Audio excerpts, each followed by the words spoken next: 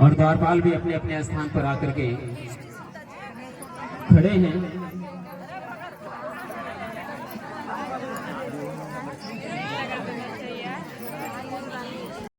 बाबू तुम लोग उधर चले जाओ, धावन पहुँचे हम लोग को बुलाएंगे तो जाना पड़ेगा ना, उधर चले जाओ।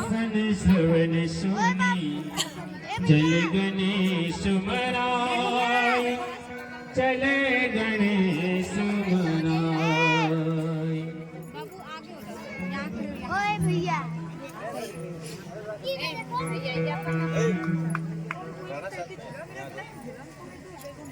सर जी आप लोग एक तरफ नहीं बैठे, एक तरफ आप लोग हैं, बीच में दाना जाने अरे यार सब एक ही साइड खड़ी हो गई। मामा भरत जैसे ही सुनते हैं इन दोनों को। मिठी कि देवदूत आया हुआ है यहाँ पर वहाँ खड़ी हो। और आकर के संदेश सुनाने जा रहा है, वैसे उनको सुन करके गणेश जी की आराधना की आगे उन्होंने। खड़ी हो, आगे आओ। और आराधना करने के बाद बस शत्रुघ्न और भरत दोनों अयोध्या की तरफ प्रस्थान करते हैं। और इधर माता मंथरा जी दौड़ी दौड़ी आती हैं, माता मंथरा जी दौड़ी दौड़ी आती हैं और आकर के कैकेयी को ये संदेश सुनाती हैं।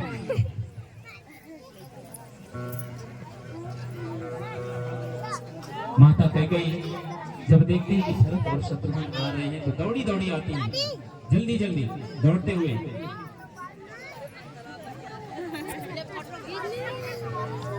और जैसे ही मंथरा को देखती है माता कैकेयी खड़ी हो जाती है।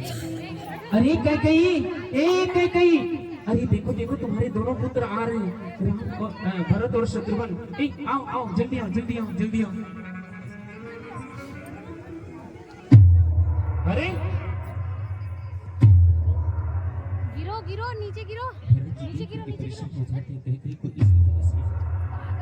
आगे बढ़ करके आगे जाओ, आगे जाओ।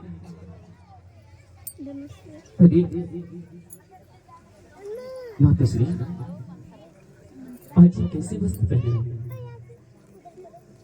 आपके आभूषण कहाँ हैं? और मांग में सिंदूर भी नहीं है। क्या हुआ मातेश्वरी, महाराज कहाँ हैं? आपकी कंठ में नहीं दिखे। ये पूरा राजमहल सोना है माँ, क्या बात है? कहो महाराज कहाँ हैं? मेरे पिताश्री को बताओ माता, कहाँ है वो? पुत्र संसार में जो जन्म लेता है उसको एक न एक दिन उसे संसार का त्याग भी करना पड़ता है। प्राण त्यागने के बाद जो गति धर्मात्मा पुरुषों का होता है, परम धाम उन्हें जो मिलता है, वही धाम तुम्हारे पिताजी को भी मिला है और वही उसी परम धाम को सिधार गए। क्या क्या कहा? घर दही विशेर उमाति तुर सुनत राम बन गान है तू अपनों जाने जिय थकित रहे धरी मान, थकित धरे धरी मान। ये क्या कह रही है माँ? मैं जानता था कि रास्ते भर मेरा हृदय भैंस कहाँ पड़ा था, रास्ते भर मेरा हृदय भैंस कहाँ पड़ा था। वो मेरे सारे स्वप्न सच हो ही गए, अनहोनी हो ही गई। मैंने जो सोचा था वो हो ही गया माँ, वो हो ही गया। धीरज रखो मेरे लाल, धीरज रखो। इस तरह से तुम्हारे जैसे लोगों को बिलखना शोभा नहीं देता। कहते कि संसार में सभी प्राणियों को नश्वर शरीर को त्यागना पड़ता है, होनी तो अटल है।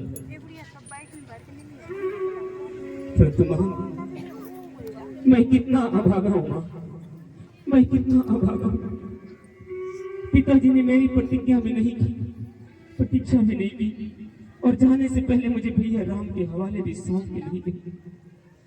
माँ, उन्होंने जाने से पहले अरे मुझे मेरे पैरों पुकारा होगा ना माँ, मुझे पुकारा होगा ना।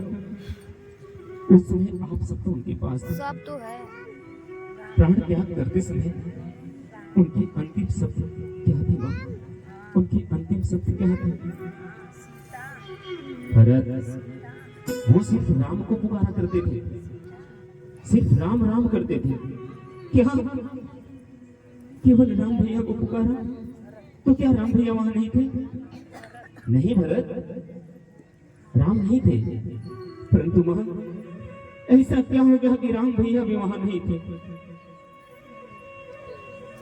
उन्होंने महारानी कौशल्या के कक्ष में अपने प्राण को त्याग दिए थे। क्या ले लो।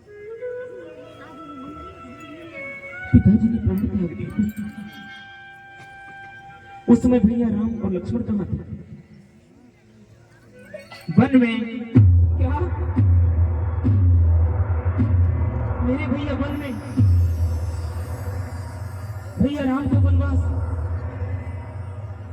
और ये तो भयंकर अपराधियों को दिए जाते हैं दंड, और मेरे भैया तो धर्म, सत्य और मर्यादा की मूर्ति है। फिर उन्हें वनवास क्यों आते? उन्हें वनवास क्यों? इसमें किसी का कोई दोष नहीं है भरत, केवल वचन की बात है। क्या वचन की बात? हाँ भरत, वचन की बात। उन्होंने मुझे 2 वरदान देने का वचन दिया था, लेकिन पहले तुम आराम करो, दूर से आ रहे हो, थोड़ा सा आराम कर लो। ये आंसू बहाना तुम्हें शोभा नहीं देता। ये वचन किसने दिया था? किसने दिया था ये वचन? मुझे दिया था। तुम्हारा ये आंसू बहाने का समय नहीं है, तुम्हें अपने कर्तव्य के बारे में सोचना है। उनको हाँ ठीक कह रही है माता, जगह दीजिए। ये आंसू बहाने का समय नहीं है। मुझे तो ऐसा लग रहा है कि जैसे किसी दुष्ट ने हमारे वंश का सर्वनाश करने के लिए बहुत बड़ा षड्यंत्र रच डाला है। मुझे उसकी तह तक पहुंचकर उसे कठोर दंड दूं, ऐसा मुझे प्रतीत होता है। तो क्या तुम कठोर दंड देना चाहते हो? हाँ मां, अगर वो मुझे मिल जाए तो उसके टुकड़े टुकड़े कर डाल। भरत, तो उससे पहले तुझे मेरे टुकड़े करना पड़ेगा। क्या आपको? हाँ भरत, क्योंकि वो वरदान मैं नहीं मांगे थे। मेरे होते हुए तुमको मैं अयोध्या का राजा देखना चाहती हूँ। मैंने पहला वरदान तुम्हें अयोध्या का राजा, और दूसरे से मैंने राम को वनवास के लिए वरदान मांगा था। मैं जानती हूँ, लेकिन तुम अपना राजकाज संभालो। तुम्हें शोक नहीं करना चाहिए, तुम एक वीर पुरुष हो। भरत जी क्रोध में उनको देखे जा रहे हैं। पुत्र, तुम ऐसे क्यों देख रहे हो? मैंने तो तेरा कल्याण कर दिया, तो मुझे ऐसे क्यों देख रहे हो पुत्र? कल्याण? तुमने मेरा कल्याण नहीं किया, तुमने मेरा कल्याण नहीं किया। तुमने तो मुझे रघुकुल का सबसे कलंकित पुरुष बना दिया। तुमने मुझे रघुकुल का सबसे कलंकित पुरुष बना दिया। अरे कुलनाशिनी, अरे पापिनी, मुझे जन्म देते ही मेरा गला घोट कर अगर मार देती तो उसी समय मेरा कल्याण हो जाता। तुमने क्या समझ करके भैया राम को वनवास भेजा? तुमने इतना भी नहीं सोचा कि माता कौशल्या पर क्या बीतेगी। अगर तेरे बेटे को अगर कोई वनवास भेज तो तेरे कलेजे पे क्या बीतेगी।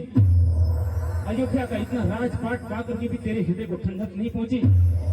अरे कुलनाशिनी, तूने क्या समझ करके मेरे भैया को वनवास कर दिया है? गोरी मैया तेने काठानी मन में राम से भेजे तेरी मन में राम सिया भेजे तेरी मन में। ओ हठीली तेरे काठानी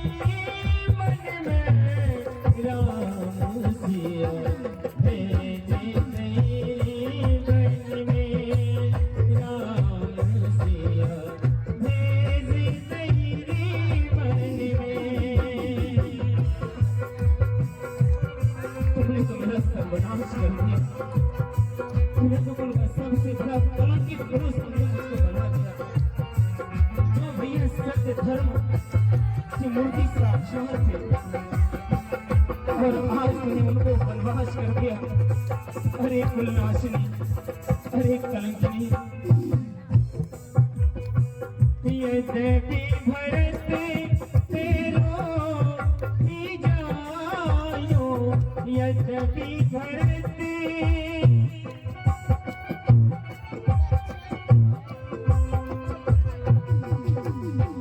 यद्यपि भरत तेरो ही जायो, तेरी करनी देख न जायो, अपना पत करे आप गवायो, भरत की नजरन में राम सिया भेज तेरे मन में, ओ हठीले तेरे आठाई मन में, राम सिया भेज तेरे मन में।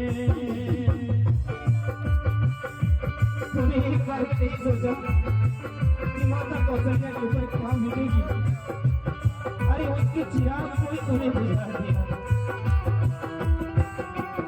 कम से कम एक माँ बनकर के सोच लेती कि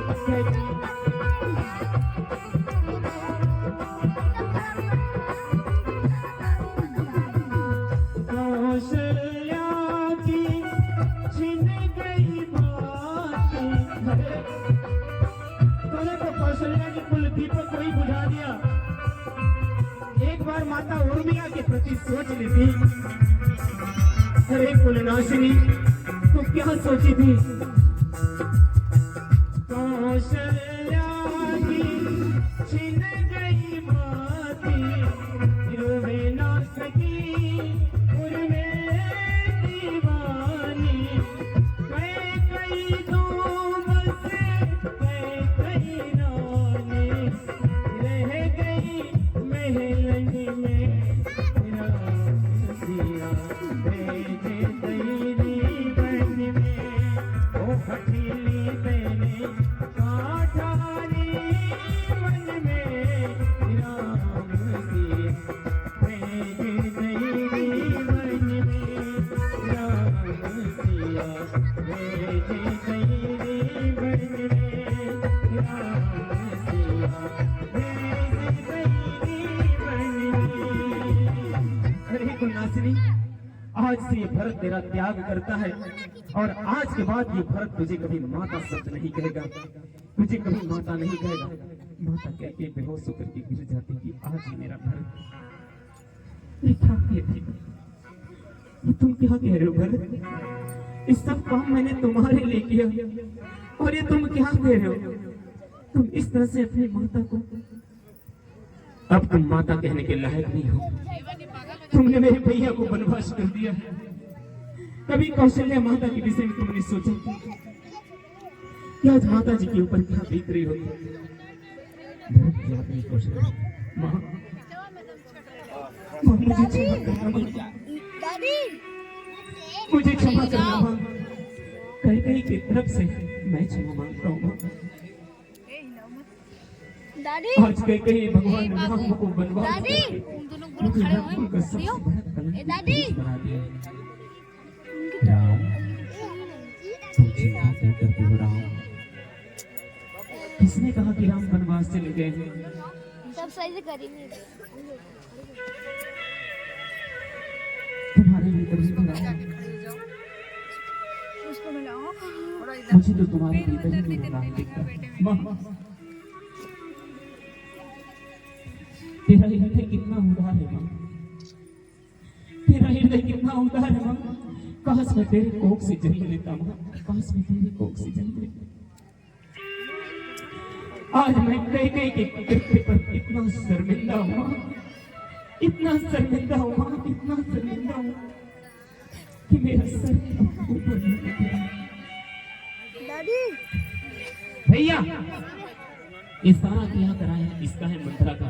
आज मैं इसको छोड़ूंगा नहीं, इसको जरूर सजा दूंगा।